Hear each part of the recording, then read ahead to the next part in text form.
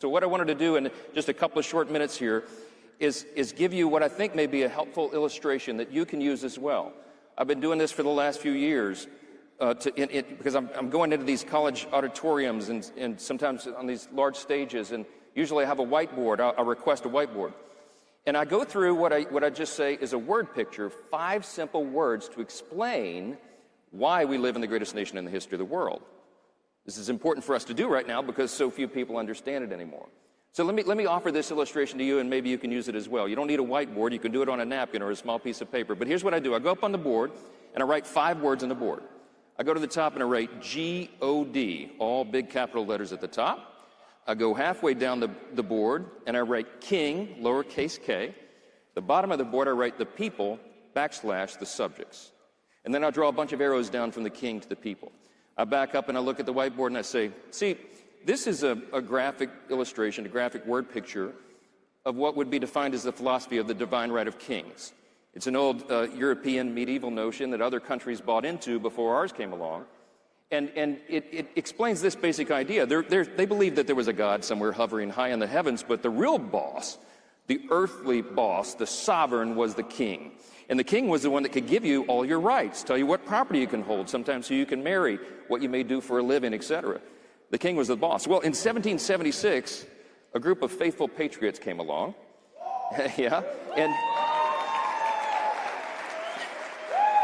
they deeply considered this old medieval philosophy, and they said, that's not right. The king is a tyrant. The king is taking away our rights. Now, you might know that many of them were seminarians. They were students of Scripture. They understood the real truth, and they said, this is not what this is all about. GK Chesterton was a famous British philosopher, and he said one time, America is the only nation in the world that is founded upon a creed, and it's listed with almost theological lucidity in the Declaration of Independence. What is the creed? We hold these truths to be self-evident. Now, when I'm in a big audience of university students, I'll say, hold on, wait a minute, what is a self-evident truth? Something that's obvious. We hold these truths to be self-evident, that all men are created equal. Wait a minute, it doesn't say just born equal, it says created equal, okay? By someone. We hold these truths to be self-evident that all men are created equal. They are endowed by their Creator with certain inalienable rights, and among these, the rights to life, liberty, and the pursuit of happiness. It was such a revolutionary statement at the time. You know why?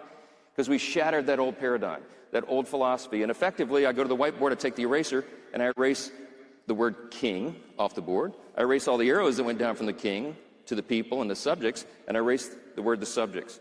The only 2 words left on the board, 3 words, God and the people. So then I draw all the arrows straight down to the people. And I step back and I say, that, my friends, is the root of our Judeo-Christian heritage. That is the root of the truth that made us the greatest nation in the history of the world. That's it.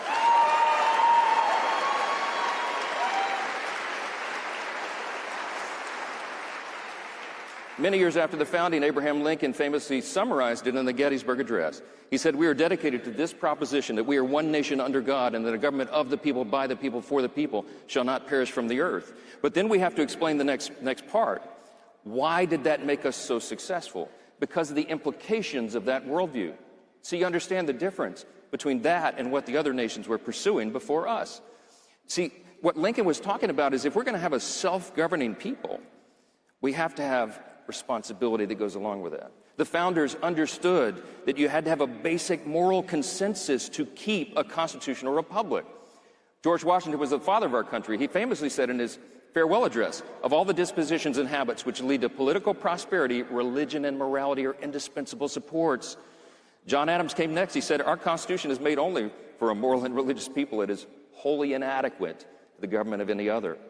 The other implication that comes from that is that because we are made by a creator, remember the framers, the founders were students of Scripture, they understood every single person is made in the image of God. And there's big time implications that come from that. You know what it means? Yeah. So the meaning of that is so important because it means every single person has inestimable dignity and value. And your value is not related in any way to the color of your skin, or what zip code you live in, or what your major is in college.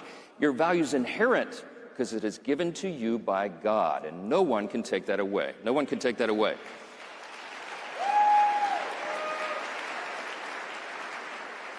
The founders built our country on the premise that our rights do not come from the state, they do not come from the government, they come from God himself. And that is what has made us the great nation that we are.